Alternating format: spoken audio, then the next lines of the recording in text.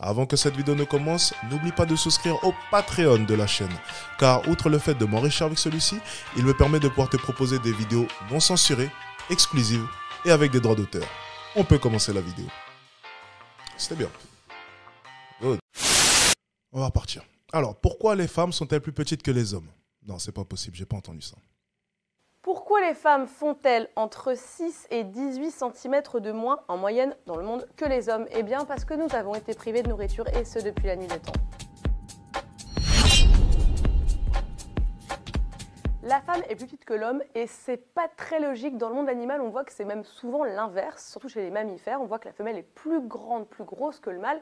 En termes de stratégie reproductive, finalement ça se tient, c'est plutôt cohérent. C'est-à-dire qu'une femelle qui est plus grosse, elle mettra au monde des enfants qui sont en meilleure santé, elle pourra mieux les protéger, que ce soit pendant la grossesse ou après.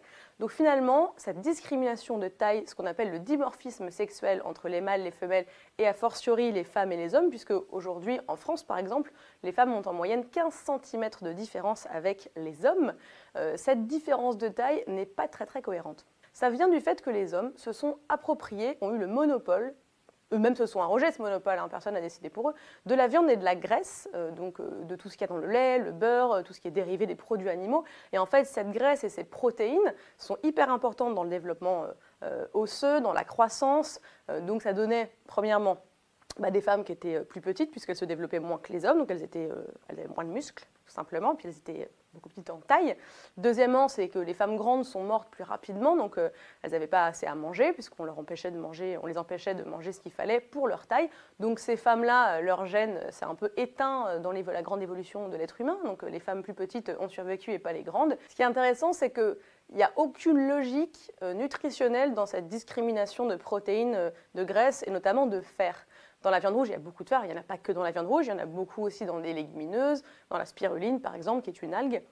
Mais le fer, les hommes se disant ouais, une grosse entrecôte, un gros steak avec plein de sang, c'est pour nous les bons hommes, alors qu'une femme cisgenre qui a ses règles a besoin de beaucoup plus de fer qu'un homme. Une femme enceinte a besoin d'encore plus de fer qu'un homme. Une femme qui allaite, c'est la même chose. Donc en privant les femmes du fer dont elles ont besoin par des symboliques virilistes, par des symboliques, on va dire, complètement stéréotypales, ces hommes-là, ces sociétés-là, faisaient en sorte que leur progéniture ne grandissait pas très bien et que les femmes ne menaient pas des très chouettes grossesses. Françoise Héritier en parle dans une interview où elle raconte que quand elle était petite, donc on n'était quand même pas au XVe siècle, elle raconte que quand elle allait chez sa tante et son oncle, je crois, elle voyait les hommes assis à table et les femmes servaient la nourriture et restaient debout, mangeaient debout ou bien mangeaient les restes. Et en France, il y a eu ça pendant très longtemps, les femmes qui mangent les moins bonnes pièces de viande, donc qui sont encore moins bien nourries que les hommes. Dans plein de régions du monde, à l'heure actuelle, c'est encore le cas. Les femmes et les filles sont victimes 2 fois plus de malnutrition que les hommes et les garçons, et qu'en cas de famine, ce sont les femmes qui se privent en premier pour nourrir leurs enfants et nourrir les hommes. C'est même encore plus pernicieux que ça, c'est-à-dire qu'un couple de parents hétérosexuels qui ont une fille et un fils, on va dire du même âge, mettons le truc idéal, vont nourrir inconsciemment moins la fille que le garçon. La viande est un symbole de pouvoir, donc un symbole masculin, de domination sur l'autre, sur l'animal, de chasse. Alors aujourd'hui, on chasse au supermarché, ça n'empêche pas des magazines et des publicités très connues avec des voix gutturales qui proposent aux hommes de manger plus de viande et qui reprochent aux femmes de ne pas nourrir assez leurs compagnons avec un gros steak, une grosse entrecôte du frigo. C'est resté un aliment qui est lié à l'homme, à la virilité et au masculin.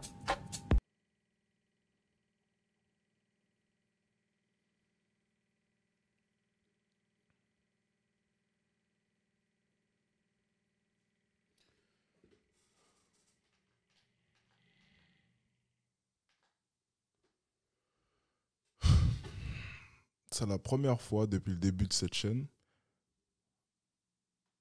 que je viens de voir une vidéo et j'ai pas su quoi dire.